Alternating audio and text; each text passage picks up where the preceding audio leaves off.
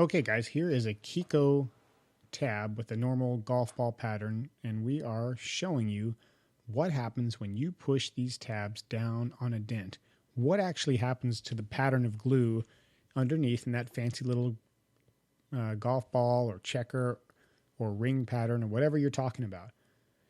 Here's a red Worth tab. Now give me just a second, I'll get the focus right on the camera, but you can already start to see what's happening. We're creating weak points in the seal, in the hot glue. It's not even across the dent. It's going to pull harder in other areas and softer in others. The glue is so thin in some of these areas that it's transparent. And this is colored glue, green or red. Look at this other tab. Look at all these points where there's virtually zero glue. So what are you doing to that seal? Let's get the focus right here. Just give me a second. I am not a video guy, as you can tell, but I wanted to show you this. There we go. What are you doing to that green, that last tab that's on there? There's half of the surface area actually working like the way the glue is supposed to. And in the Kiko and in the Worth tabs, look at those weak spots. If you can see the color through that green glue, there's almost no glue there. Now look at this tab. This is a great tab too.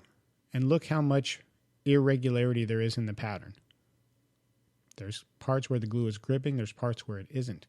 And those spots where it's coming through, they're touching the car basically. Here's a small Atlas tab. Does that look like a consistent pattern of glue? It is not. And all these tabs work. Imagine how much better we are going to get them to work when we get a consistent seal. And I'm going to show you in a minute.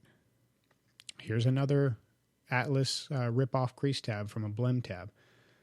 Look at that. That is not what you want. Those points where you can see the black, there's almost no glue there. And you don't want a glue pull with no glue. You want a glue pull with glue. Here's a 9mm tab.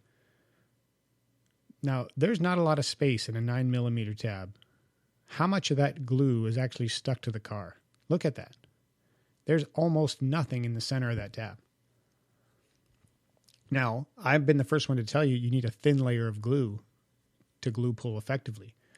But let's see what happens when you get the proper amount of glue, a very thin layer. Let's see what happens with the Smooth Series tab. Look at that. Nice and even and smooth. This is the reason why these tabs are pulling so much harder. Here's a little tiny 9mm tab. Compare it to that green 9mm tab there. They're almost exactly the same size, diameter head. So I'm going to stick it next to it. Now look at that glue pattern compared to the other one. This is why the 9mm tabs are yanking the metal so hard. They have the adhesion almost the same as that Kiko tab that's twice the size above it. This one I didn't quite put enough glue on it to squeeze it out to the entire shape of the tab, but I think you can see the consistency in the pattern with the smooth tabs versus all these made up patterns. Here's one of our little crease tabs. I'm pushing these hard to try to get them to show you a weak spot. There's none. The glue just squeezes out nice and beautifully. Now, like I said before, these other tabs work. This is a 12mm tab that's coming now here. This is one of my favorite tabs. You're going to use that one and the 9mm most of the time if you're doing moderate to standard hail. That's a 15mm, the BP15 that I'm going to put on here next. And you're not going to be surprised by this because you've seen it already a few times. Just a nice, perfect seal. This is the secret to the Smooth Series tabs. This is why they're pulling so much harder. You can clearly see it's a consistent layer of glue. It's a consistent seal, and the other tabs are not. And that's what I think that's so scary good about them, is that those other tabs that look like the seal is so bad, they all work. Those are all 4 or 5, whatever they are there, are great tabs. They all work well. I've made a lot of money with all those tabs up there. They're from my actual collection. I didn't buy them just for this video. But imagine how much better you're going to be yanking when you have these consistent layers of glue and a consistent seal. It's not even fair. It's like you have a new technique.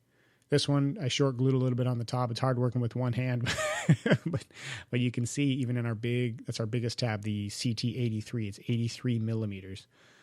You can see how consistent that thing is. A nice thick layer of glue. Here I am with a different angle just to give you a better look. These are the weak points. These little thin areas. Weak. These are where the tabs are going to lose adhesion or where they're going to give up first. Weak in the middle. Exactly what you don't want. Here's what you do want. Thick, consistent patterns. This is the stuff that I want to see. No matter what tab you're talking about. That's how it should look. That's going to give you the pull that you need. This stuff over here, this makes technicians happy. This stuff on the other side makes technicians sad. So you say, okay, Keith, that's a flat piece of glass. It's not a dent. I hear you. Maybe it's different. So what I've done here is taken a piece of plexiglass, heated it, and whacked it and put a dent in it. So now I've got a dent. I've got the quarter there just for a size reference. But that dent, if I held it overhead, is just smaller than the quarter. It's probably between a nickel and a quarter, depending on your adjuster. So here I've put a small Kiko tab. Let's see what it looks like in the dent. And forgive me here with the focus. I got to take a second just to get it just right here. Still not right. I mean, one more zap and how about 3 times? There we go, Keith. That is not a great pattern. You can see the blue tab, the entire surface through the green glue, and you can even see one of those little pits has an air pocket in it. That's what I've been talking about. These pattern tabs leave chances for air and other debris to get in between the glue and the tab, and that's compromising your seal. And you can see you already didn't have a lot of glue on the car to start with. Look how thin that tab is in the center. There's no glue there. It's like a little stamp pattern through it. So let's just wipe that alcohol off here. Get that light. You can kind of see the bottom of that dent. And let's see what happens when we put a BP 12 millimeter tab in there, and we'll look at it from the other side. Nice and flat and smooth. I'm doing my best without the PDR light in the right spot to be in the bottom of that dent. Look at that pattern. That's what you want. Now I'm going to move over. I did have a light set off to the side so you can see the dent from the back side. There it is. And there's the 2 patterns side by side. Guys, I'm excited for you to get these tabs in your hands. In the next email I send you, I'm going to open up the link for you exclusively to get a chance to buy them. Like I promised on the podcast, I'm just giving this opportunity to people on my email list for the first week. I was not able to make as many of the tabs as I wanted to for my first run. I've got a lot, but I don't have too many. So I don't want everybody who's been waiting patiently and been on my email list to get skunked and have them bought out from under them by somebody random on the website. So I'm going to send you in the next email a link specifically for you where you can go and buy them. And I promise they'll be there for a handful of days at least. So thanks for watching the video. I think you learned something because I know I did when I did that experiment, and I'm happy to share it with you. Hop on over to blackplaguepdr.com if you want to check out some more photos of them. And keep your eyes out for the next email, and you can get your chance to own them. Thanks, fellas.